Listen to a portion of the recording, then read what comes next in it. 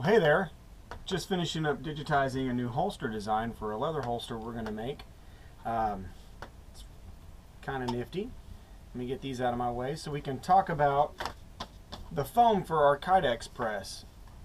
I showed you in the previous video that I got my first order from knifekits.com, and here is the piece of foam that I got. It's ultra dense. It is some tough stuff.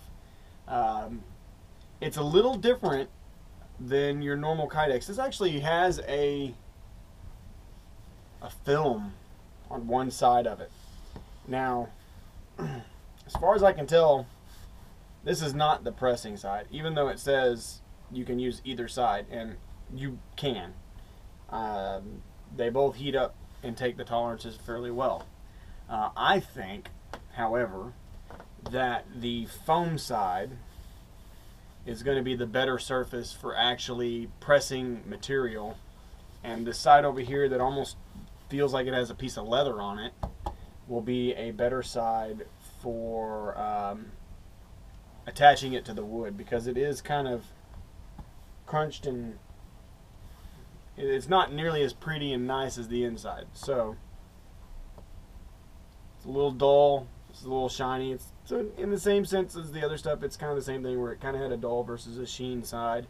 But if you get a piece of this maxi foam or extreme foam, whatever it's called, you'll see what I'm talking about quickly. I mean, it literally looks like it has a crust on this side, and I think this side's going to wind up being the better for the impression. So let's get it into my press.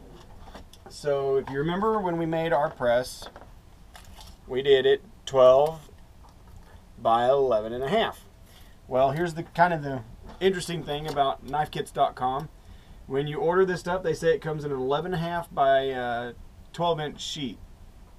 Or if you buy more than one sheet, which I did, they send it to you in 11.5 by 24. Well, if we measure this, it's 24.5. Nothing like free foam, right? And then on the cross, it is 12 inches. So they give you more than you asked for and more than you paid for. And that's kind of awesome that, you know, you basically get a 1/2 inch on either side of it. That's a lot of extra material. It doesn't really mean anything to us in this context, but if you're building your press for exact sizes so you don't have to make extra cuts to your foam, wait to get your foam to build your press. And then that way you know kind of what you're dealing with. But for me, I'm going to turn it over to the other side. And with mine, I can go longer, but I can't go wider because of the rails of the press. This is actually, you can see the wood on my press right there. So knowing that this is 24.5 and that this, again, is just a little over 12 inches. This is actually 12.25. Man, they really cut it wide, don't they? We'll make this the long insert into my press, and we'll take this and come across at 11.5. Let's see. That's my 12-inch side. Actually, we can go 12 inches. 12 inches. I love this X-Acto knife. Okay, make sure my digitizing tablet is not in the process of getting cut, because that's a $600 piece of tool that I can't replace rather easily. Okay.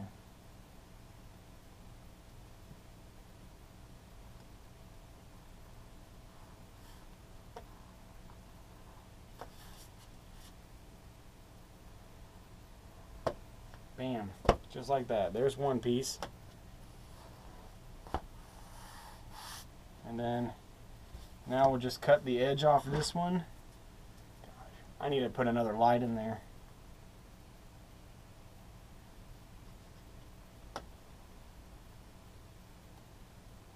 Tell you what, this stuff actually cuts a lot easier than the other stuff.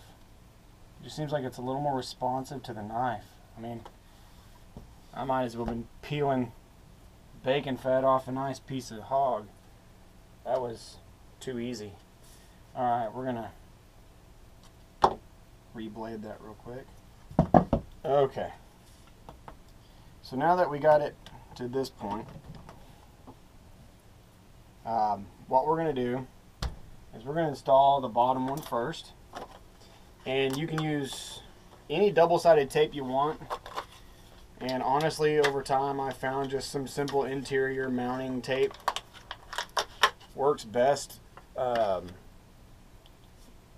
can use the double-sided carpet tape. So I mean, there's a lot of choices out there. Okay. So that's what we're going to do, and then again, we're going to take our other edge there, and this is how we're going to fit this in. So you get it like this. Get it to where we like it. It's okay if you have a little overlap. Again, I'm not so concerned. And then it fits nicely. So what I'll do is I'll peel off the backing of the double-sided tape. Sometimes, you know, when I'm watching these videos, I don't mind sitting there and watching every little thing just to make sure the guy who's showing me some stuff didn't forget a step that he didn't record. And then now I was like, oh well, I forgot to put this part in there, but it's no big deal.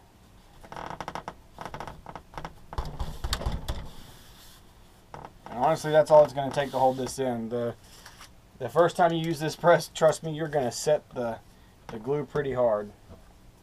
Okay, so now this is the second part of the press, and it goes into its grooves. So as you can see, this is where the press will work. So now we're going to put the other piece in. You don't need a lot of this stuff. I'm putting down way more than it needs. You probably only need one strip across each side, and you'll hold just fine. Just this simple interior stuff is rated to 20 pounds of hold, which means basically you got to pull that hard to get it to come off. And frankly, I'm not gonna. And the press is finished. That's all it takes to build the press. So now once you get it in there, you are all set. There's your press. It's that easy. So now when you're getting your Kydex molded, you can just set it in here and down she goes and make a press. No big deal. And that's how you install your foam. If you want, you can, since we just put new tape in there and we want to make sure everything's good and adhesive, so you can just clamp it down and give it a little bit of pressure and let it sit for just a little bit, and trust me, that's going nowhere. Absolutely nowhere. I'm going to set that back off to the side. Coming up next, what we're going to have, we've been doing a little product research and development for a new holster for women, and my wife's pretty happy about it. She likes it a lot. We've made some modifications for comfort, and then eventually I'll take it with some decorative stuff and make it pretty for her. She's kind of under the impression of just because I have a gun doesn't mean I can't make things pretty, and I agree with her. So in fact, I'll get her on film and let her talk a little bit about it sometime soon, and she's a hoot.